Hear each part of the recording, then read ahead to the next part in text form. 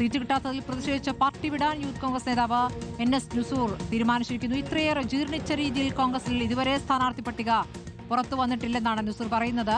വാമനപുരത്ത് സുധീർ ഷാ പാലോടിന് സ്ഥാനാർത്ഥിത്വം നൽകിയതിൽ SDPയുടെ ആവശ്യപ്രകാരമാണെന്നാണ് അദ്ദേഹം ആരോപണം ഉന്നയിക്കുന്നത്. തിരുവനന്തപുരം നഗരസഭാ തെരഞ്ഞെടുപ്പിൽ വോട്ടുകൾ UDF BJPക്ക് മറിച്ചുവെന്നും നുസൂർ ആരോപിക്കുന്നു. രാഖി രാമാനം പാലോട് രവി എന്ന് പറയുന്ന മുതിർന്ന നേതാവിനെ വെട്ടിമാറ്റി മറ്റ് രണ്ട് നേതാക്കളും പരിഗണനാ പട്ടികയിലുണ്ടായിരുന്ന മുതിർന്ന നേതാക്കളെ നിലനിൽക്കുമ്പോൾ തന്നെ പാലോട് രവിയെ മാറ്റി പകരം SDPയുടെ പിന്തുണ കിട്ടുമെന്നുള്ളതിന്റെ പുറത്ത് SDPയുടെ ഏറ്റവും വലിയ ശക്തമായി വാദിക്കുന്ന ആളുകളുടെ വാക്ക് കേട്ടുകൊണ്ട് എന്തിനാണ് അവിടെ സ്ഥാനാർത്ഥിയെ തീരുമാനിച്ചത്? ഒരേ സമയം ഭൂരിപക്ഷ വർഗീയതയും ന്യൂനപക്ഷ വർഗീയതയും രണ്ട് കൈയിലും വെച്ച് അമ്മാനമാടാൻ കഴിവുള്ള ഒരു പാർട്ടിയായി എൻ്റെ കോൺഗ്രസ് പാർട്ടി അധപ്പതിച്ചു എന്നുള്ളത് പറയുന്നതിൽ കോൺഗ്രസുകാർക്ക് എന്നോട് പരിഭവം തോന്നണ്ട. ഇതിവിടെ നടക്കുന്ന ഡീലാണ്. അപ്പോൾ അത് അംഗീകരിച്ചു കൊടുക്കാൻ കഴിയുമോ? ശരി, റോഷിപാൽ വിവരങ്ങളുമായി. റോഷിപാൽ, വളരെ ഗുരുതരമായ ആരോപണങ്ങളാണ് ഇപ്പോൾ നേതൃത്വത്തിനെതിരെ NS നുസൂർ മുന്നോട്ട് വയ്ക്കുന്നത്.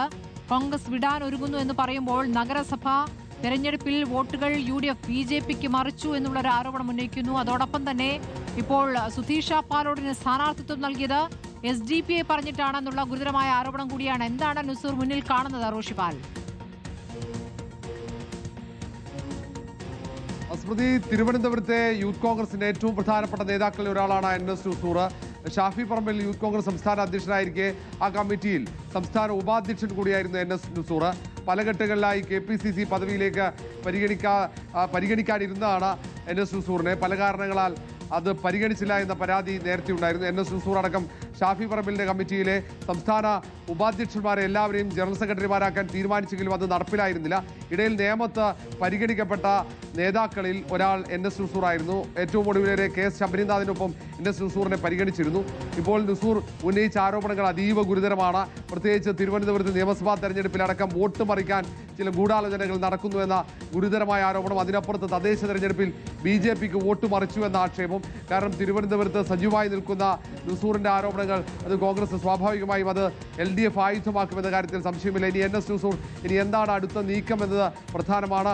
CPMലേക്ക് പോകുമോ എന്ന ചോദ്യത്തിന് NS നുസൂർ ഒരിക്കലും തന്നെ CPMോ LDFോ ചേർത്ത് നിർത്തില്ല എന്നാണ് പറയുന്നത്. മാത്രമല്ല അതിൽ NS നുസൂർ വൈകാരികമായി പറയുന്ന ഒരു കാര്യമുണ്ട്. തൻ്റെ ഭാര്യ അമ്പലത്തിൽ പോകുന്നതാണോ തന്നെ അവഗണിക്കാൻ പ്രധാന കാരണമെന്ന് ചൂണ്ടിക്കാണുന്നു. കാരണം കൃത്യമായ ഒരു മതേതരവാദിയായിട്ടാണ് NS നുസൂറിൻ്റെ ജീവിതം. NS നുസൂർ ഭാര്യ മതം മാറിയില്ല എന്ന രീതിയിലുള്ള ആക്ഷേപം ചില ഘട്ടങ്ങളിൽ ഉയർന്നു എന്ന പരാതി NS നുസൂർ ഉയർത്തുന്നുണ്ട്.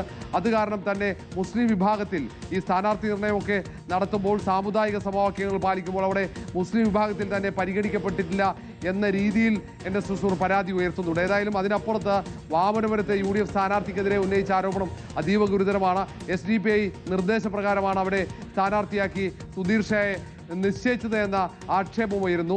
അവിടെ അവസാന ഘട്ടം വരെ പരിഗണിച്ചത് പാലോട് രവിയായിരുന്നു, KPCC ഉപാധ്യക്ഷൻ. പാലോട് രവി പ്രാഥമിക പ്രവർത്തനങ്ങൾ തുടങ്ങി ഏതാണ്ട് 2 മാസം പിന്നിടുകയാണ്. ഏറ്റവും ഒടുവിൽ പാലോട് രവിയെ വെട്ടി പകരം സുധീർ ഷായെ അവിടെ സ്ഥാനാർത്ഥിയാക്കിയതുള്ള അസംതൃപ്തിയും എതിർപ്പും കൂടി ഉയർന്നു. ഈ വിഭാഗത്തിൽ എല്ലാ കാലത്തും വാർത്താ സമ്മേളനം ഇപ്പോൾ നടത്തിക്കൊണ്ടിരിക്കുകയാണ്.